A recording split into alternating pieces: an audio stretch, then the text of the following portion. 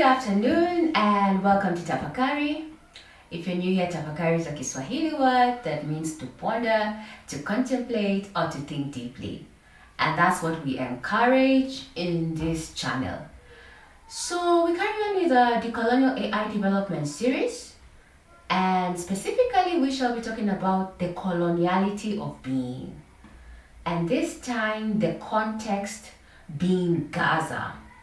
So let's start with a recap. What is the coloniality of being? The coloniality of being has been described in different ways by different authors, but it still points to the same thing. And to help us concretize that, we're going to have a conversation about this based on Nelson-Maldonado Torres' paper, just a screenshot of that because we did that last week. So essentially what Torres says is that the coloniality of being, we are talking about a situation in which European colonizers categorized human race into groups.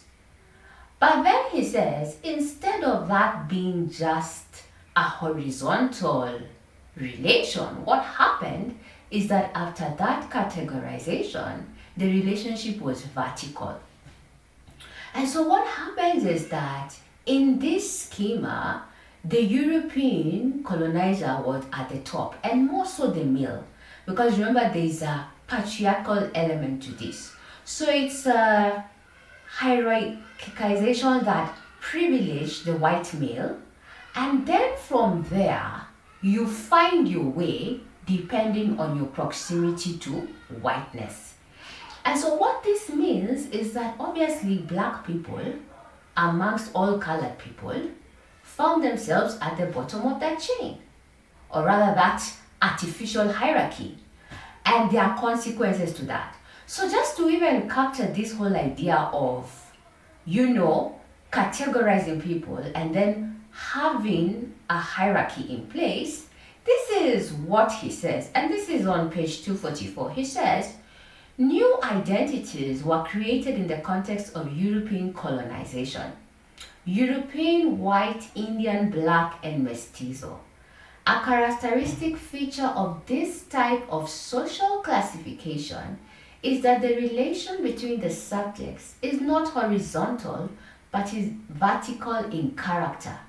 That is, some identities depict superiority over others. And such superiority is premised on the degree of humanity attributed to the identities in question. The lighter one's skin is, the closer to full humanity one is, and vice versa. As the conquerors took on the role of mapping the world, they kept reproducing this vision of things. The whole world was practically seen in the light of this logic. And so you see here the fact that the closer you were to whiteness, what was the implication? The implication was that you are closer to humanity. And this explains why Africans were not regarded as full human beings. And there's an implication to this logic. And this is what he says elsewhere. He says, the imperial attitude promotes a fundamental genocidal attitude in respect to colonized and racialized people.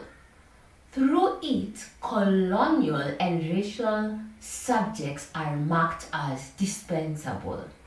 And you can see this because from slavery up until colonialism, you can see that colonized and racialized subjects were deemed expendable. And this is why Frantz Fanon could say that European development was scandalous. It was scandalous because it was built on the blood and sweat of Arabs, of Negroes, etc. And so this is what is happening here, that this coloniality of being logic privileged Europeans so that their development was actually premised on the subjugation as well as the expendability of colored people. So how does this come into Gaza? So to help us untangle this, there is an article that we shall reference today, and this is by Mario Pansera, that is titled, "What's Left of Responsible Innovation After Gaza? Ecocide, epistemicide, and genocide in occupied Palestine." So you see, to reiterate what we're trying to say is that this coloniality of being logic, what happens? You put people into racial categories, then you determine who is at the top, who is at the bottom, and their implications. Whoever finds themselves farthest from whiteness, racialized bodies, they pay the price in terms of being subjugated, in terms of being expendable. And this is what Mario is talking about here. So and this is, if you look at the decolonial literature, it talks about this as othering. You other somebody. The moment you place them into these other categories, for example, those people who are not close to whiteness are othered. Non-white populations were othered. And because of that othering, that's why you had all these consequences. Now, in this case, what Mario is trying to say, or rather not what he is saying here is that the reason why Israel can be a leading exporter of weapons is actually because Palestinian lives are deemed expendable. So that by the time a weapon is certified as combat proven, what that means is that it was tested in Gaza, and through that they were able to do their modifications and stuff like that and export that. And so for you to be able to put this logic, for you to decide that Palestinians shall serve as the testing ground, you must other them. And that's why the coloniality of being logic comes in here, is that Palestinians are othered because they constitute racialized bodies. And what happens is that now, because you've othered them, you have a genocidal attitude. And in this case, some people have described what happened in Gaza as the genocide. It's been described as a genocide because it's a literal genocidal attitude in which you mark these people as expendable. And what he says, and I'll just say this verbatim because I think it's so important. They say,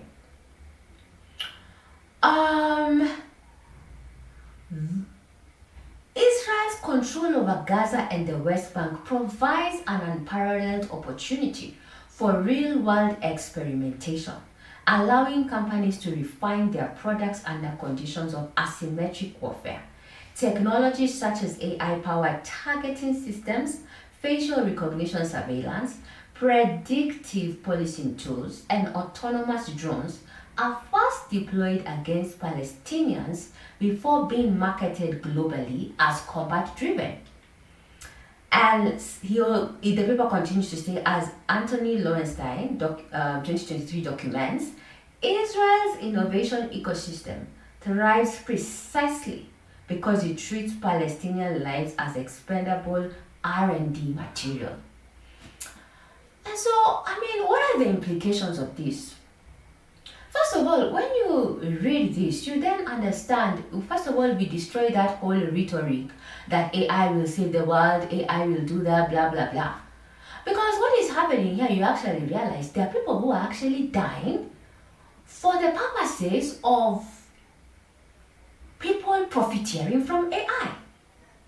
Because if a country is a leading exporter, in fact, what he says in this paper is that there's actually a rationale to engineer and maintain violence in Gaza because the whole complex, that whole industrial, imperative to be a leading exporter is anchored on the maintenance of violence to create a place where you can test, you can read, you can fine-tune and stuff like that.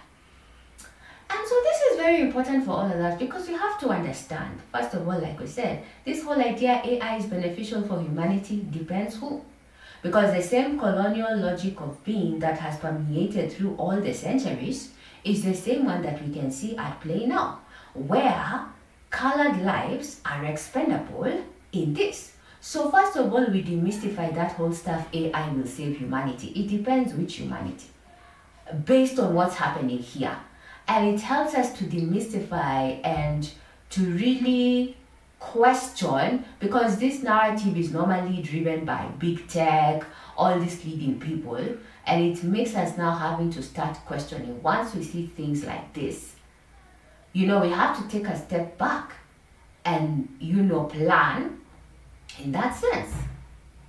So that's one important aspect that we need to look at here. Yeah, because you see, why this is so dangerous, that whole idea of AI will serve humanity, for example, right now you can see, for example, I think some time back when I was doing some research on Stargate, where they say that, AGI for the purposes of saving all humanity. But the moment you start interrogating, you realize this is not true. Because if people must die as part of, a military industrial complex having to profiteer, then you realize, no, this is not true.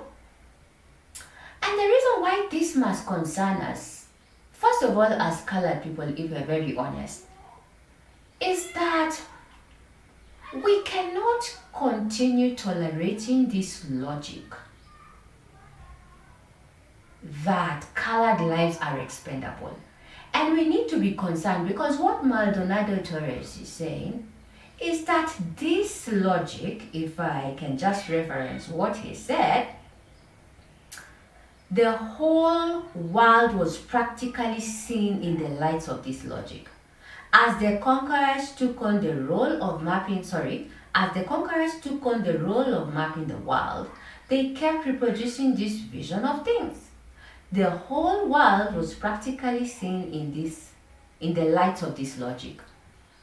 And so this is something that is very concerning. And I start with formerly colonized people, formerly enslaved people, colored people. When you start understanding that this logic is operating in the world right now, this is how this can happen. We first of all have to understand that we need to draw a line and say that dehumanization is not anything we are going to tolerate. 500 years of Eurocentric modernity that has justified dehumanization of anyone. But now, more so because colored people have been at the end of it, we have to say that can happen. But even this thing that he says that the whole world was seen in the light of this logic is very important, because it doesn't end in Gaza. You see, if people can get away with something like this, if we start giving some exceptions, this logic, this is how now you start slowly pushing the limit. And especially because AI's modus operandi is geared towards capitalism, is capitalistic. So already you can see this is a very profitable enterprise. And I remember it was Francesca Albanese in her report, she mentioned so many firms to say the reason actually why this is not an emergency for quite, there are people who are profiteering in this. And in that report, we had quite a number of big tech companies. Because if it is not through your models, it is through the infrastructure. So that it's not just the whole ecosystem in Israel or stuff like that, but there's an infrastructure for those of us who are in AI that is needed to execute that. And that is how you find that US big technology companies were cited in the report. And so that's why we must be concerned, because first of all, was it Martin Luther King who said oppression anywhere is it should be taken as oppression everywhere? And that is because that logic, what Maldonado Torres is saying, that logic, that template will not end with Gaza.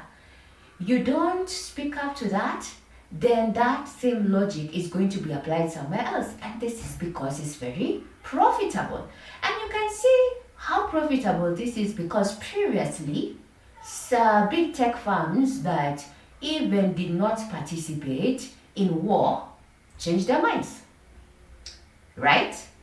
And so you can say it is because of the profitability. So we have to, that is the first thing, we must be concerned, because first of all, we must agree that human life, all human life must be dignified. And so we have to put a stop to that, because number one, human life is important. Number two, you give permission to that, it becomes a template that is now replicated all over the world, because it just starts like that. Then you figure out, how do we push the needle? You have powerful actors finding out, how do we push the needle? The second thing about this is that, like I said, it just brings out this thing that so many decolonial scholars have been saying. Anytime you hear modernity, this whole idea, because even Eurocentric modernity was premised on development. Already when you see it through the lens of this example, you realize it's not development for all. It's development for a few. And typically, in decolonial work, it would mean development for white people. But even here, you can realize it's not even white people, because this is another nuance that I really hope comes out. We describe the tech power structure as white, male, capitalist, techno-solutionist, heteronormative, patriarchal. But so already that one, because of the coloniality of being logic, you can understand why colored people are not in that power structure. But you also have to understand, even in that, it is not all white people that are in that structure. It's a very elite space. So that even you find that it's white male, white affluent males. So that what I'm trying to say is that you will be managed by classism. You will be managed by gender. That is how you find, for example, you don't have tech sisters. You don't have white women having the same privileges that tech bros have. Not that we even want that tech bros in the first place. And so it brings out that fallacy, that hogwash that is constantly peddled, that it will be beneficial for all humanity. No, because already you can see here, there are people who are actually dying to enrich our complex. So that's why it helps us to start interrogating, asking critical questions, and then after that, planning an effective decolonial strategy. Because you have to understand the battle you're fighting. Right? We have to, as critical scholars, as citizens, as everybody who is not in the business of, an empire. This empire that is just literally suffocating everyone. We first have to start understanding what is the problem statement, right? And so for me, when we think about a decolonial term in being, first of all is to say that all men are equal. All men or women, all people are equal. So this logic that continues to permeate, that colored lives are invisibilized and deemed expendable, we have to refuse that. And even just to get back on that point of invisibilization, think about it. How many Palestinians have died? You don't know their names. Because that is another thing about this coloniality of being logic, is that the implication, there's the genocidal, like what he says, but elsewhere, he talks about invisibility and expendability. And you can see that invisibility in the sense that we just know that thousands of Palestinians have died. But when we humanize these people, we realize these were people who were born with ambitions. These were people who were born with dreams. But then it's gone. These were people who had families. They had a whole unit around them. And then they're gone. This is a place that, so it's so important to do that. So that's what I'm saying. And that is why, even to conclude, we have to be very clear. If AI is, and I like, it reminds me of something that,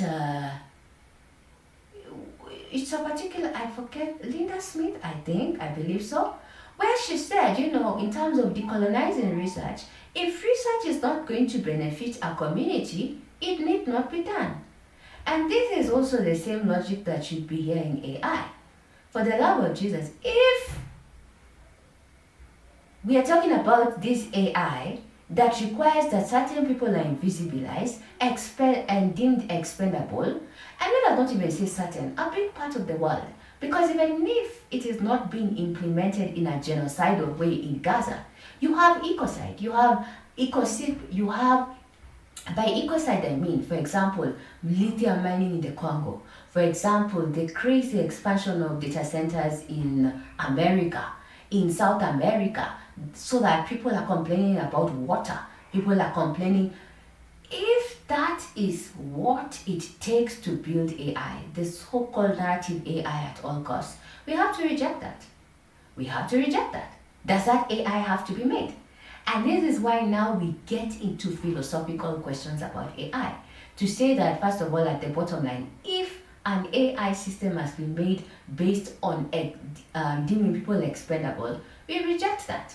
But if we also take expendability and extend that to constraining people's ways of living so that we need to build these systems, we reject that.